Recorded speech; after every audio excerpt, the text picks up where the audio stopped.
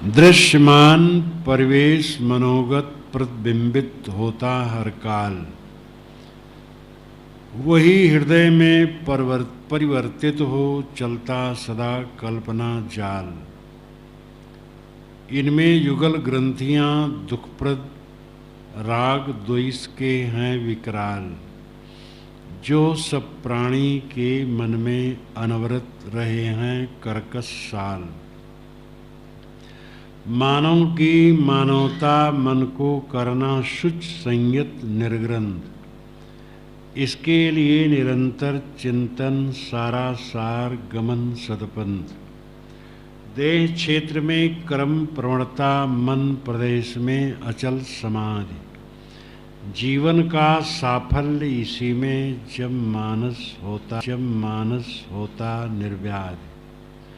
जीवन का साफल्य इसी में जब मानस होवे निर्व्याधि।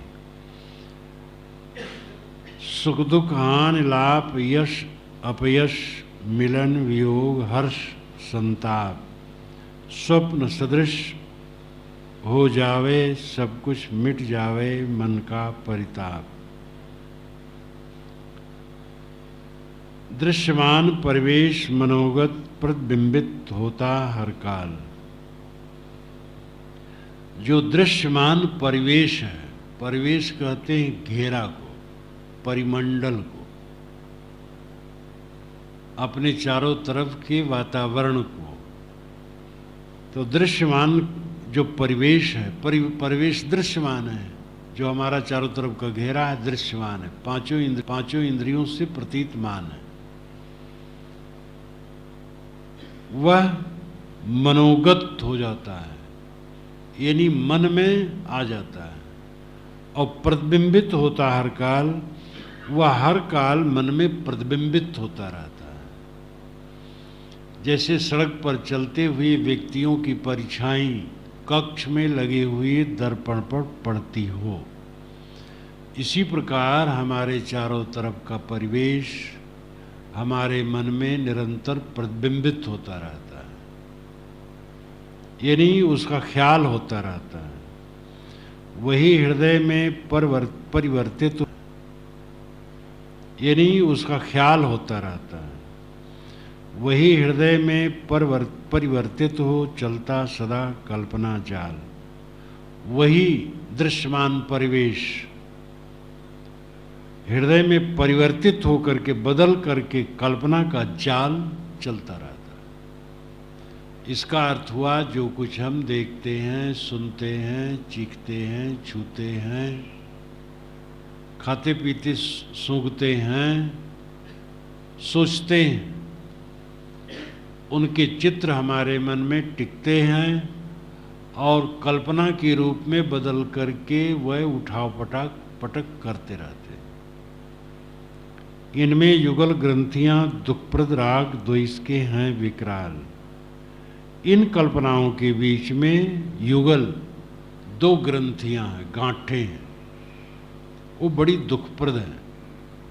एक राग है, दूसरा द्वेष है। राग ही बदल करके द्वेष बनता है, राग ना हो तो द्वेष नहीं बनता है। सदगुरु विशाल साहब ने जब एक कुछ साखी का अर्थ करना चाहा, हम लोग बैठे तो शायद टेप रिकॉर्डर रखा गया, तो बोलने लगे तो कहे राग द्वेष ये राग का कम न जाने हो, ये बंधन के बाप है, यानी बाप है, पिता है। ये रागे द्वेष बनावत है। साहब कोई बात कहती बहुत ठोस रहती थी, हृदय उनका एकदम दर्पण के समान स्वच्छ, इसलिए वाणी स्वच्छ।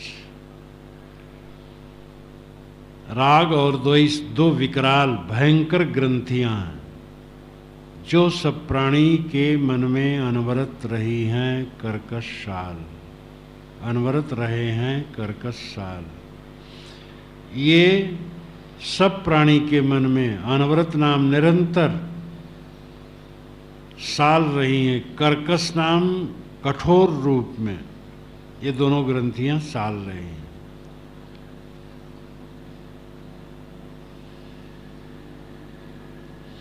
ये ग्रंथियां हैं इसलिए रही हैं होना चाहिए, ये रहे हैं हो गया।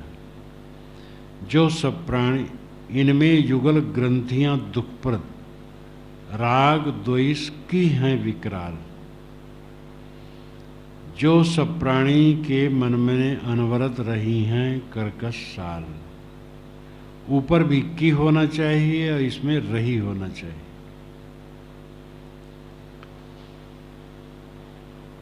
मानव की मानवता मन को करना शुच संयत निर्ग्रंथ।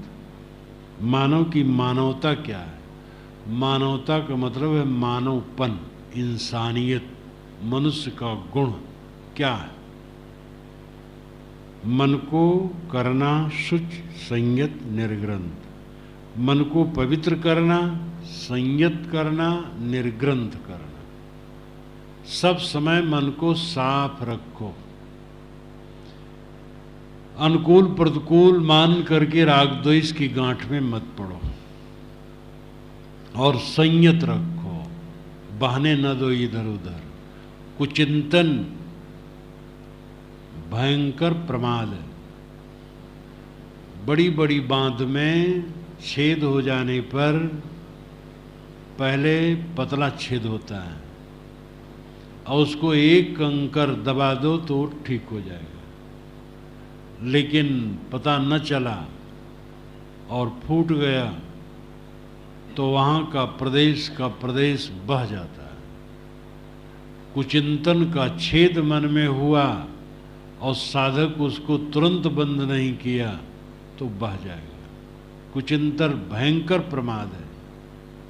काम वासना का चिंतन, द्वेष का चिंतन, अभिमान का चिंतन, कुचिंतन होने न दो। चित्त संयत और निर्ग्रंथ। निर्ग्रंथ नाम आग्रह रहित मन। ग्रंथ गांठ, गांठ क्या है? आग्रह, पकड़। किसी के लिए मोह बना लिया उसकी पकड़, किसी के लिए द्वेष बना लिया उसकी पकड़। बस कहीं कुछ बना लिया और बना करके रखा मन में, वही सालता रहता है, कुछ नहीं, बेकार। देखा जीवन में कि बड़ा राग द्वेष बनाए, थोड़े दिन में सर पटक पटक के मरे, उलझे, राग द्वेष किए, मर गए। मरते समय पछताए भी, लेकिन पछताने से क्या होता? झूठे में जीव भटकता रहता है। कहीं राग न करो, कहीं द्वेष न करो, उलझो न, सहज सरल चलो। अपने पाप जाएं अपराधी। अपराधी अपने पाप से स्वयं चले जाए। विवेकवान तो ये भी नहीं चाहता है कि वो दुख पाए, लेकिन कर्म का फल भोग तो उसे होगा ही। इसलिए अपने द्वेषी से भी उलझो ना, उसका भी कल्याण चाहो। हृदय बिल्कुल सरल और कोमल रखो। बहुत थोड़ा समय है, ये समय बर्बाद न करो। कुचिंतन करोगे, खराब संस्कार मन में लाओगे, वो तुम्हारे लिए ही बंधन होगा। इसके लिए निरंतर चिंतन सारा सार गमन सदपंथ। इसके लिए निरंतर चिंतन करो।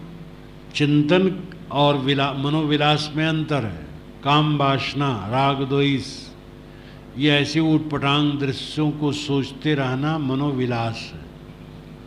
संसार की नश्वरता, शरीर की नश्वरता, सब कुछ की क्षणभंगुरता, आत्मा की अमरता, अपने आत्मा का एकांत शांत कल्याण स्वरूप निवास, इन बातों को सोचना चिंतन है।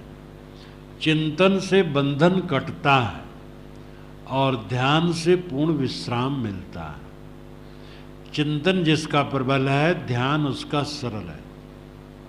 और जो मनोविलास में रहता है, ध्यान उसका सरल नहीं। मनोविलास से ऊपर उठो। चिंतन, इसके लिए निरंतर चिंतन, सारा सार, यानी सार असार का चिंतन। असार को निरस्त करना, सार को ग्रहण करना। गमन सदपंथ, और सतपथ पर गमन करना, चलना। देह क्षेत्र में कर्म प्रवणता, मन प्रदेश में अचल समाधि।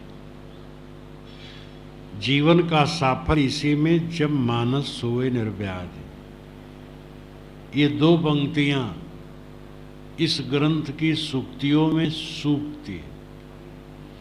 देह क्षेत्र में कर्म प्रवणता, देह के क्षेत्र में कर्म प्रवणता होनी चाहिए। कर्म प्रवणता का मतलब है कर्म में निपुणता, तेज काम करो, लालसी न रहो। आलसी साधक नहीं हो सकता। जो काम चोर है, मन चुराता है काम से, वो साधक नहीं हो सकता है, उसका चित्त शुद्ध हो ही नहीं सकता है। निर्मल साधक के अंग फड़कते रहते हैं सेवा में, और अपनी शक्ति के अनुसार वो सेवा करता है। हाँ, शक्ति के अनुसार करो, शक्ति के बाहर परेशान न हो। निठल्ला आदमी का मन पापी होता है, आलसी आदमी का मन विषयी पामर होता है, गतिशील का मन निर्मल होता है। देह क्षेत्र में कर्म प्रवणता और मन प्रदेश में अचल समाधि। मन प्रदेश में अचल समाधि। जीवन का साफल्य इसी में जीवन की सफलता है।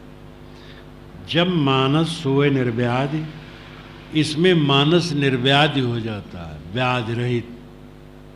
जो सेवा परायण है और समाधि निपुण है, वो धन्य है। दोनों हाथ में उसके मोदक है। सेवा परायण होने से चित्त शुद्ध होता है और आसपास के सभी लोगों के दिल का वो बादशाह होता है। सभी लोग अपने दिल में उसको बसा लेते हैं, प्रिय मानते हैं। निकम्मा आदमी को कोई प्रिय नहीं मानता, कामचोर को कोई प्रिय नहीं मानता, आलसी आदमी को कोई प्रिय नहीं मानता। तो जो कर्म, जिसमें कर्म प्रवणता है, यानी परिश्रमशीलता है, जो मेहनती है और जो समाधिनिष्ठ है, वो जीवन में सफल है। अब कोई प्रश्न कर सकता है, जब कर्म प्रवणता होगी तो समाज में कैसे जाएगा?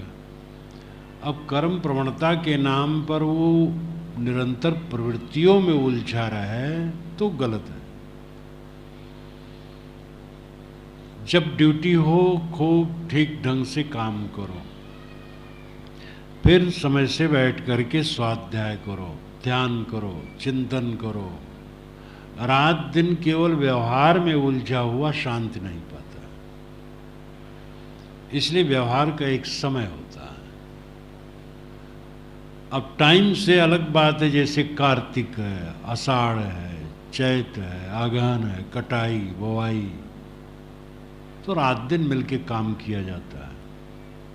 लेकिन वही से काम साल भर नहीं किया जा सकता। इसी प्रकार हर श्रेणी में कभी विशेष काम होता है तो रात दिन लग करके भी किया जाना ठीक है, लेकिन सब समय रात दिन व्यवहार में लगा रहा है तब साधन कब करेगा? इसलिए सेवा के नाम पर प्रवृत्ति में उलझना गलत है। समय से काम करे और कर्म में प्रवणता होनी चाहिए, निपुणता होनी चाहिए और समाधि में पहुंचना चाहिए। जो कर्मशील है, समाधिनिष्ठ है, वो सफल है।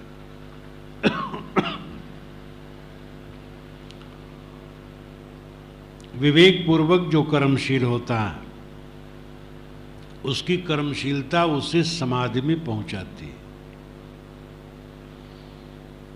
सेवा परायण व्यक्ति का चित्त शुद्ध होता है, शुद्ध चित्त ध्यान में ठहरता है। आलसी आदमी का मन कामचोर होता है तो अंदर अंदर उसके संदेह रहता है, लोग हमें क्या कहते होंगे, तो उसके मन में दगा रहता है। हम कोई काम के लेकर के बाजार गए, 4 काम लेकर के, 2 काम किए 2 नहीं किए, आलस प्रमादवश, तो हमें अशांति होगी। घर पर आएंगे तो मन चंचल होगा, और 4 काम करके आए तो मन प्रशांत होगा। काम जो अपनी ड्यूटी उसको पूरा कर लें स्वच्छता से तो मन में शांति होगी, नहीं करोगे तो अशांति होगी। इसलिए जो विवेक पूर्वक कर्म है पूर्ण रूप से कर लेने वाला अच्छा समाज में पहुंचता है, और आलसी आदमी नहीं पहुंचता। सुख दुख हान लाभ यश अवजस मिलन वियोग हर संताप, स्वप्न सदृश हो जावे सब कुछ मिट जावे मन का प्रताप। सुख हो दुख, हानि हो लाभ, यश और अवजस, मिलन और वियोग, हर्ष और संताप, उसको स्वप्न के सदृश हो जाते हैं। और मन का परिताप, ताप, जलन, परिविशेषण, अत्यंत जलन, जो मन की जलन है वो शांत हो जाती है।